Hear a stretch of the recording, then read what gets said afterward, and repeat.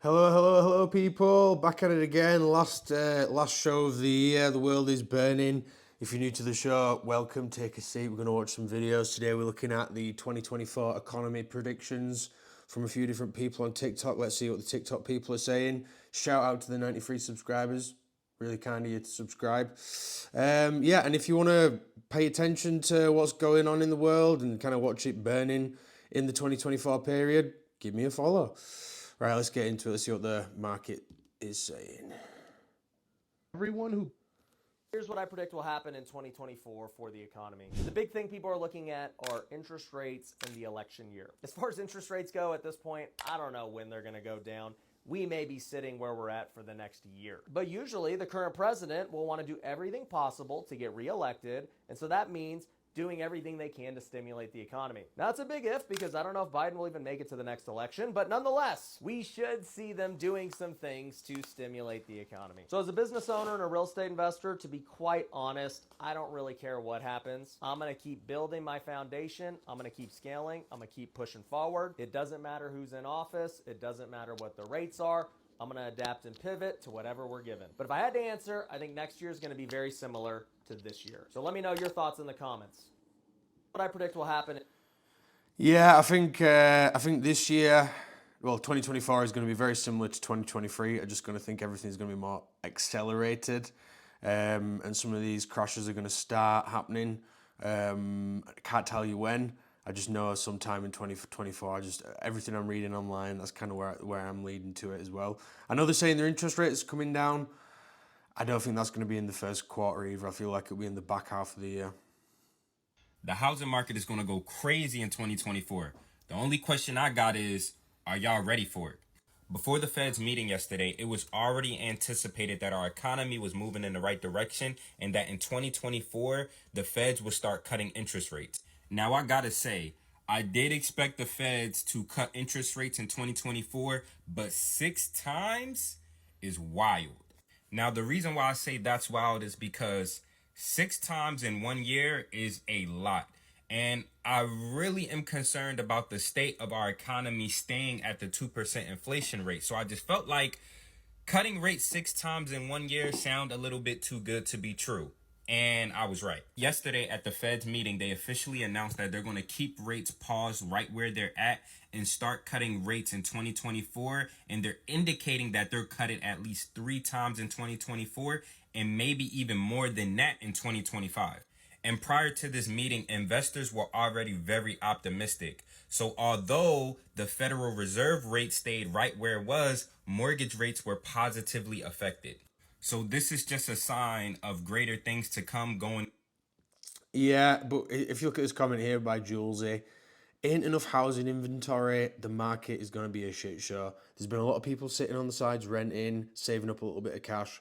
As soon as these start hitting like 3%, people are going to jump back in the market and are going to buy some houses and the prices are going to shoot up. So, yeah, it's going to be a wild one. The Simpsons once again prophesied some crazy things. The Simpsons have made some alarming predictions about the year 2024. In a 1998 episode called Bart to the Future, the show hinted at an economic crisis, nuclear war, and the death of the US president all occurring in the same year.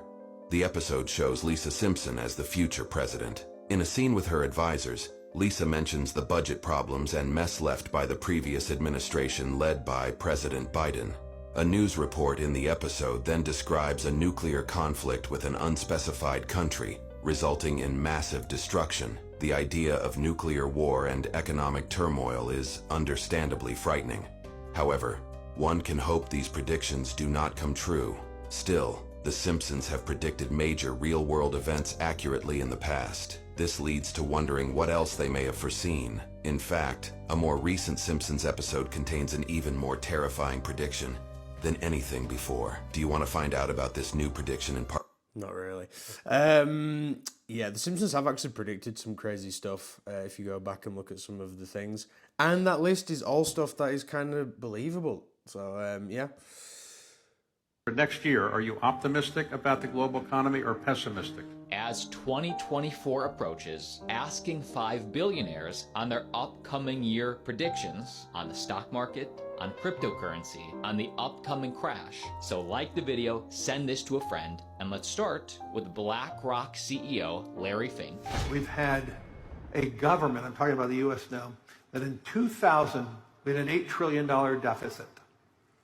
And today we have a $33 trillion deficit. So the deficit's... Yeah, just gonna pause this for 1 sec. It's 33 trillion right now, guys. Like, that is just so unsustainable. Just to service that debt, it's just, I don't even know how you pay a debt like that and get it down to zero. God. More than $1 trillion each year over the last 23 years. That is highly inflationary. The balance sheet of the Federal Reserve is highly inflationary. And so all these different measures are much more structural, much more difficult. So as a result of that, interest rates are going to remain higher. Opportunities for investors are going to be able to be very patient.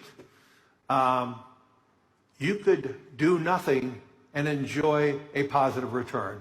All right. So are you expecting a hard landing or a soft landing in the United States, or you just can't project? We will not see a hard or a soft landing in 2024. The amount of fiscal stimulus that is just entering the economy, which is very inflationary. The CHIPS Act, the IRA, and the Infrastructure Act, about $970 billion. The largest peacetime non-pandemic moment of fiscal stimulus. At the same time, our central bank is trying to arrest the economy. And so that's just hitting the J curve. And you see in labor settlements right now what's going on in labor talk, 25% increases in wages.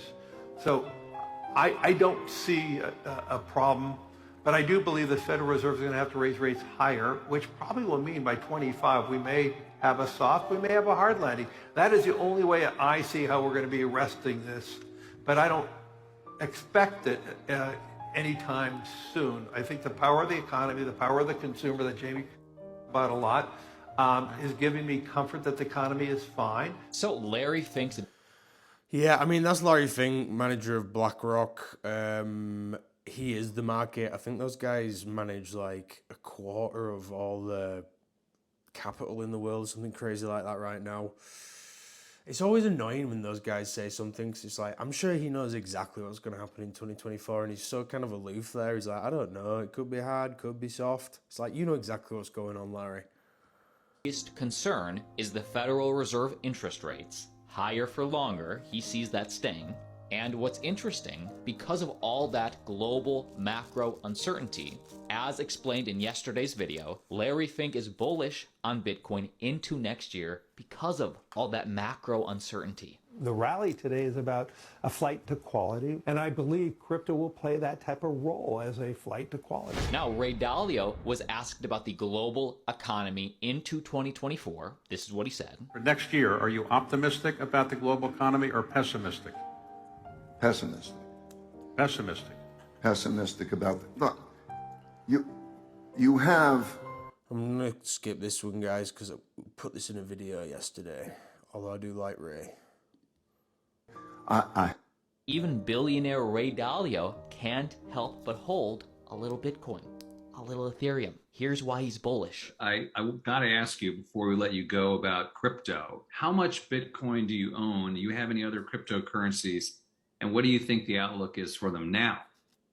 Well, I'm not going to give the precise amount of Bitcoin, but I do own some Ethereum as well. But the answer to your question is that I don't own a lot of it. I view it as an alternative money in an environment where the value of cash, money, is depreciating in real terms. And I think it's very impressive that for last 10, 11 years, that programming has still held up. It hasn't been hacked and so on, and it has an adoption rate. So I'm very big on diversification. Cash, I've been quoted, cash is trash. that cash, which most investors think is the safest investment, is, I think, the worst investment. Now, next up, Bill. Yeah, guys, how much crypto have you got? Are you into crypto? How much of your portfolio or your net worth would you say you've got tied up in crypto? Genuinely, I'd just love to know that.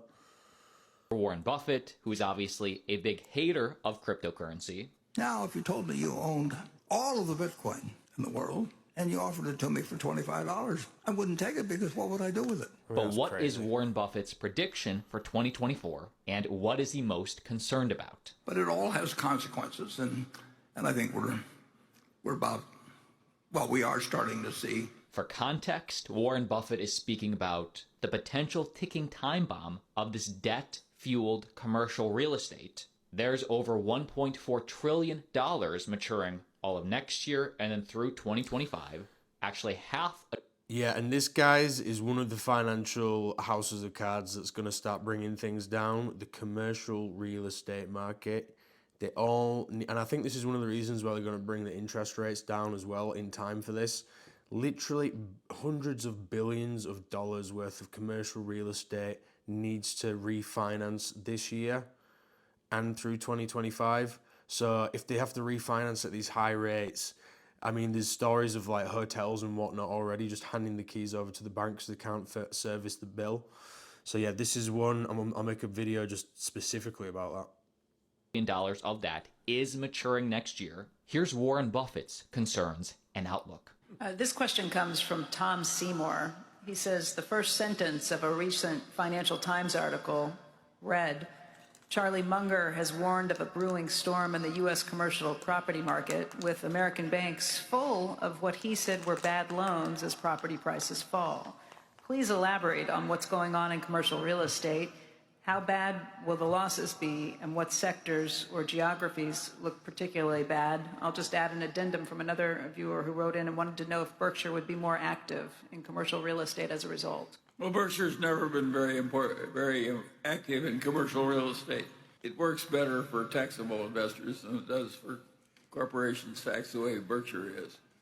So I don't anticipate huge effects on Berkshire. But I do think that the hollowing out of the downtowns in the United States and elsewhere in the world is going to be quite significant and quite unpleasant. I think the country will get through it all right, but as they say, it will often involve a different set of owners. Yeah, and the buildings don't go away, but The owners do. Well, but most people like to buy with non-recourse in real estate, and one time I asked Charlie, there was some real estate guy we were talking to him, and how do they decide how much a building like this is worth? And the answer is it's whatever they can borrow without signing their name. And if you look at real estate generally, you'll understand what the phenomena that's happening if you remind yourself that that's the attitude of most people that have become big in the real estate business, and it does mean then that the lenders are the ones that get the property, and of course they don't want the property usually, so then the real estate operator counts on negotiating with them, and the banks tend to extend and pretend, and there's all kinds of activities that arrive out of commercial real estate development, which occurs on a big scale, but it all has consequences, and I think we're about, well, we are starting to see the consequences of people who could borrow at 2.5% and find out it doesn't work at current rates, and they hand it back to somebody that gave them all the money they needed to build it. Now Mark Cuban has officially not gone on the record. Yeah, and that's it, guys. They were building all these buildings, doing all this stuff at such a low interest rate. They were getting $500 million to build a building, this, that, and the other. Now they're having to refinance at this high interest rate. They just can't afford it, and they're having to, like they said, the buildings stay, but the owners change. his economic or stock market outlook for 2024. He says anything could happen with markets, so be careful. But it's interesting that he states crypto is not dead. It's growing. These are the growing pains. And this is why he's bullish long term. You think crypto is dead, yes or no? No. Hell no. But I do think crypto has some problems. Number one, most people when they think crypto, they think speculation. That's not what crypto is really about. Number two, crypto is really about creating new applications that make things better and easier. What crypto is missing is that one application that grandma really wants to use. Think back to the iPhone. It came out in 2007, but it wasn't until the best apps like Instagram and Snapchat and Facebook went mobile that the App Store and the iPhone really took off. Crypto is still waiting for its Instagram moment. Now, we've interviewed Mark Cuban on this channel before, and that Instagram moment, the application with crypto that is coming, so make sure you subscribe. Yeah, guys, I don't think crypto's dead. Leave me your thoughts on crypto. What do you think that's going to do in 2024? And how much of your net worth do you put in crypto? If you want to know what the future of the creator economy looks, No, I don't. Here's the number one reason you shouldn't invest in Airbnb in 2024. So in 2024, the economy is expected to take a dip, and I believe that. In fact, I believe there's going to be an economic shift in the first quarter of 2024 that we can predict, and that means that there is going to be a downturn in our economy, which means the loss of jobs, which means economic times get worse for a lot of people. Now, Airbnbs are a job. If you want to have a job and make money, that's great. Then that's what you should do completely. Don't do anything else. But if I were you, I would screw the Airbnbs. I would turn them all into long-term rentals, and guess what? I would then make sure I got freaking skills, because my skills are what are going to get me the cash flow I need in 2024, so that in 2025 and 2026, I have so much cash I can buy any property I want cash or financed. I could go in and take any property and turn it Airbnb when the market turns, and I am ready to attack. Go get skills, not... Yeah, I thought the Airbnb market was dying for a little while, to be honest. Let me know your thoughts on that in the comments, guys. We'll do one more and then we'll get out of here. In 1555, Nostradamus made 942 terrifying predictions. A lot of those prophecies have since come true. In 2024, he predicted that China would become the leader of the world both politically and economically. He also predicted we would see elected the last president of the United States. That's not all. He got very specific when he said the last American president would be black. Did Nostradamus predict that Kanye West would become president? Oh, God, no. I didn't expect that. Bloody right, we'll do one more.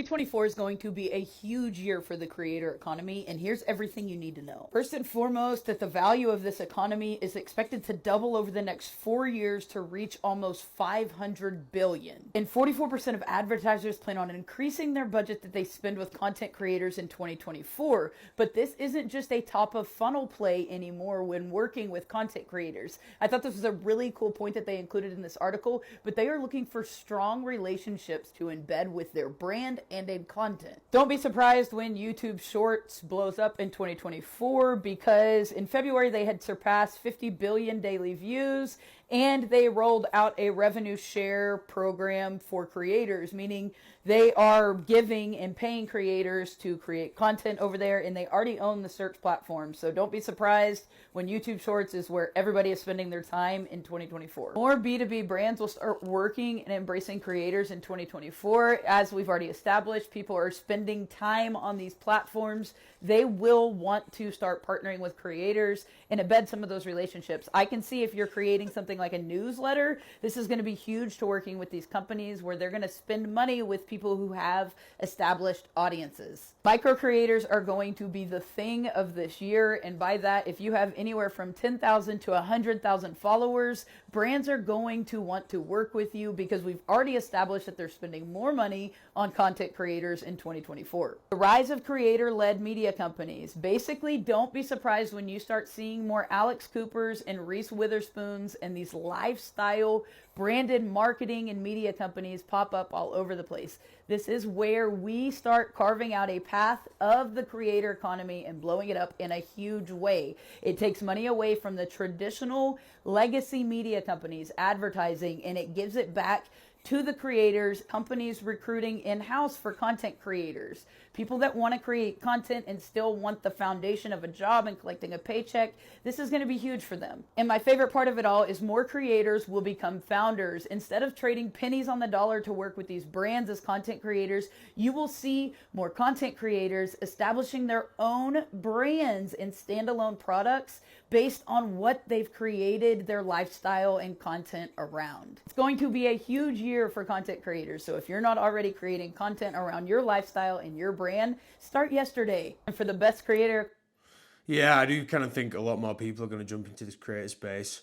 Yeah, interesting stuff. Well, leave me a comment, guys. What do you think the housing market's going to do? What do you think the currency market's going to do? What do you think?